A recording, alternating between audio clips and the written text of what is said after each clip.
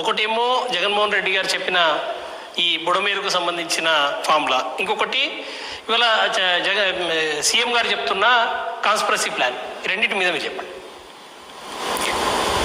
ఒకటండి, ముందుగా ఇటువంటి విపత్కర పరిస్థితుల్లో విపత్తు ఏర్పడినప్పుడు ఏ రాజకీయ నాయకుడైనా సరే ప్రజలకు ధైర్యం చెప్పాలి, వాళ్ళకి సహాయం చేయడానికి ట్రై చేయాలి, విమర్శలు తర్వాత చేయాలి.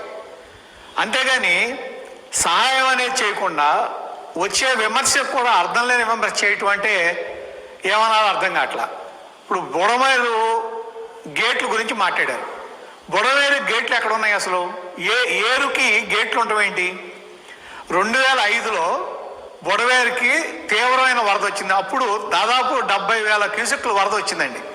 వచ్చినప్పుడు విజయవాడలో 3 వంతుల మొత్తం మునిగిపోయింది. మునిగిన సమయంలో ఆ రోజున కార్పొరేషన్ ఎన్నికలు కూడా వాయిదా వేశారు. అప్పుడు ముఖ్యమంత్రి రాజశేఖర రెడ్డి గారు. ఆయన వచ్చిన సమయంలో దేవినేని ఉమా గారి నేతృత్వంలో తెలుగుదేశం పార్టీ ఆ రోజు తీవ్రంగా నిరసన తెలియజేసింది, బుడమేరు ముంపు నుంచి విజయవాడను కాపాడాలని.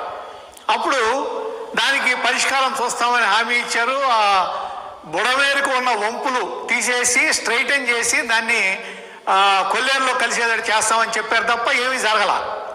అయితే ఈయన చెప్పే గేట్లు ఏంటంటే బుడమేరు దగ్గర, అక్కడ బుడమేరు వచ్చే చోట విజయవాడలోకి రాకుండా కొంత దాన్ని డైవర్ట్ చేయటానికి డైవర్షన్ కెనాల్ పెట్టి అక్కడ ఒక రెగ్యులేటర్ పెట్టి ఆ డైవర్షన్ కెనాల్ని తీసుకెళ్ళి పోలవరం కుడి కాలువలో కలిపారు.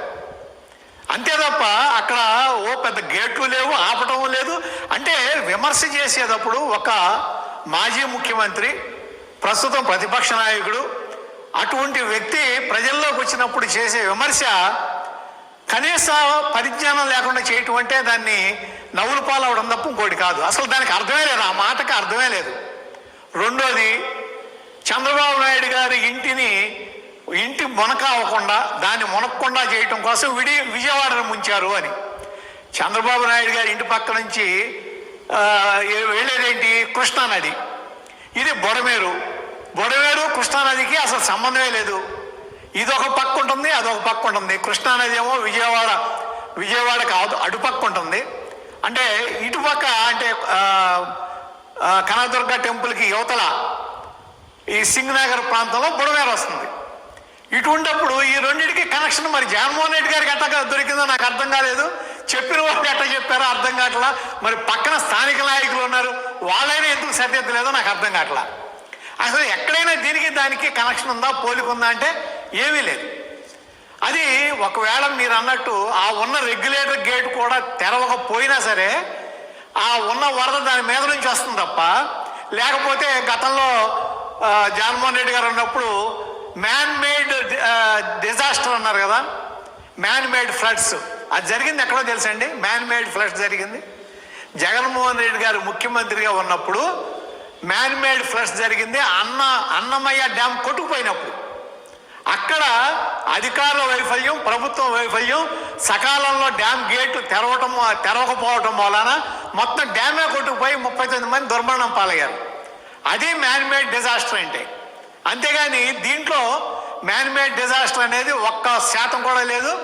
పైగా కురిసిన వర్షం, ఇప్పుడు ఈ బుడమేరు అనేది ఆ దగ్గర ఉన్న కొండూరు కొండల దగ్గర నుంచి స్టార్ట్ అయి వస్తుందండి. అది వచ్చేటప్పుడు ఒక 5 ఉపవాగులు కూడా దాంట్లో కలుస్తాయి. ఇవన్నీ అంత స్పీడ్గా, చాలా వేగంగా, వాగంటే చాలా వేగంగా వస్తుంది, చాలా ఉధృతంగా వస్తుంది, అలాగే అంతే వేగంగా తగ్గిపోతుంది కూడా. దాన్ని మీరు కంట్రోల్ చేయాలంటే కుదరదు. దానికి ఒక సరైన దారి కొల్లేరులో కలుస్తుంది. అది వెళ్ళి 170 కిలోమీటర్లు. ఆ రోజు కూడా ప్రజలు కోరుకున్నారు. కొల్లేరు ఆక్రమణకు గురి అయింది, ఈ వాగొచ్చేమో ఊరి మీద పడుతుంది, కాబట్టి మీరు దీన్ని కొల్లేరును కూడా ఆక్రమణలు తీయమంటే ఇంతవరకు కొల్లేరు ఆక్రమణలు దాన్ని నివారించలేకపోయారు. తర్వాత ఇంకొకటి, విజయవాడకు సంబంధించి ఈ కొల్లేరు ఇక్కడ బుడమేరు ప్రాంతం వచ్చేటప్పటికి, ఈ బుడమేరు పరివాహక ప్రాంతం ఇది సింగ్ నగరు, అక్కడ ఇంతకుముందు పెద్ద కరకట్టు ఉండేది. ఇవాళ కరకట్ట ఏమైందో తెలియదు.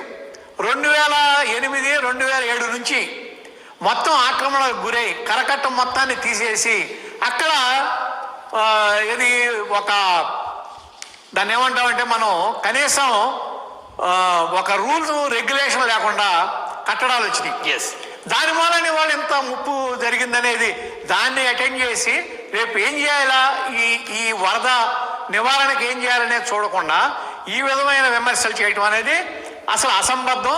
ఒక ప్రతిపక్ష నాయకుడిగా ఎవరైనా చేయకూడని పని. ఇంకోటి, మీరు చనిపోయారంటున్నారు.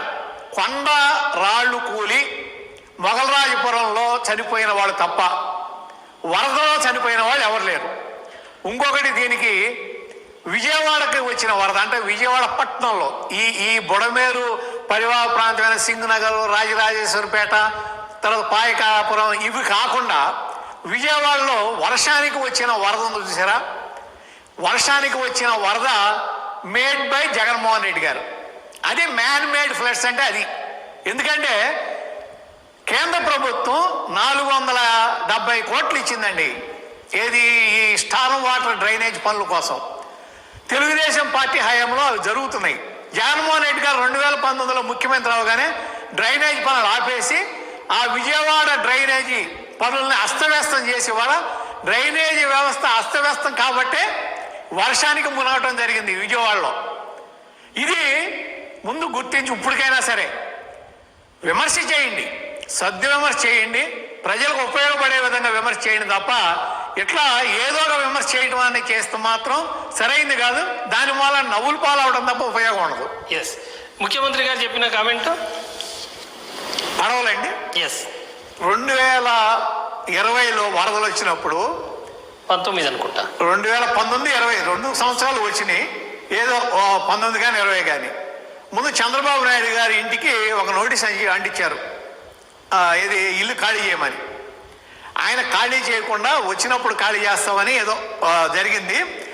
గేట్లు ఎత్తకుండా ఆ రోజున కూడా దాదాపు 10.4 లక్షల క్యూసెక్లో ఎంతో వచ్చినాయి వరద.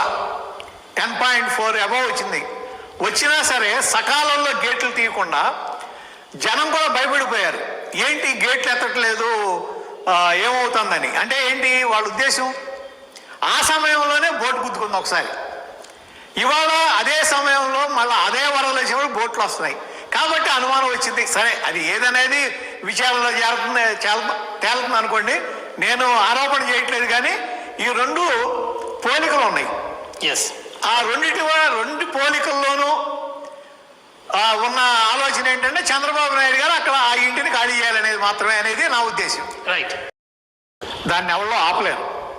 ఆస్తి నష్టాన్ని ఆపటం ఎవరి వల్ల కాదు, కానీ ప్రాణ నష్టాన్ని ఆపితే అది సక్సెస్ అయినట్టే ఆ ప్రభుత్వం. ఇక్కడ ఇవాళ జరిగిన దాంట్లో ఆస్తి నష్టాన్ని మినిమైజ్ చేయగలిగారు, ప్రాణ నష్టం అనేది అసలు లేదు. ఎవళ్ళు ఎన్ని చెప్పినా, ఇది ప్రాణ నష్టం జరిగిందని చెప్పినా అదంతా అబద్ధమే. జరిగింది మాత్రం ఒక్క మొగలరాజపురం ప్రాంతంలో కొండవాళ్ళు పడి చనిపోయిన వాళ్ళు తప్ప వరదల మూలన చనిపోయిన వ్యక్తులు ఎవరూ లేరు. ఆ మేరకు ప్రభుత్వం సక్సెస్ అయినట్టే. ఇవాళ 6 NDRF దళాలు అలాగే హెలికాప్టర్ల ద్వారా ఎంతమందిని రక్షించారో మనం మీ టీవీల్లో అట్లో అనేక విజువల్స్లో చూసాం మనం ఎలా రక్షించారనేది. కాబట్టి మనం ఒకటి, ఎక్కడ రాజకీయం చేయాలి, ఎక్కడ చేయకూడదు, ఎక్కడ ప్రభుత్వానికి సపోర్ట్ ఇవ్వాలి, ఎక్కడ మనం విమర్శించాలనేది తెలుసుకోవాలి. ముందు రాజకీయ నాయకులు అనేవాళ్ళు ఒక విజ్ఞతతో ప్రవర్తించాలి తప్ప ఇలా ఇష్టం వచ్చినట్టు అవాకులు చవాకులు పేలితే ఏమవుతుంది, వారే చులకనైపోతారు. ఇప్పుడు ఒకటి, ఇవాళ ఇందాక నుంచి చెప్తున్నారు కదా చంద్రబాబు నాయుడు గారి ఇల్లు ఇది అని.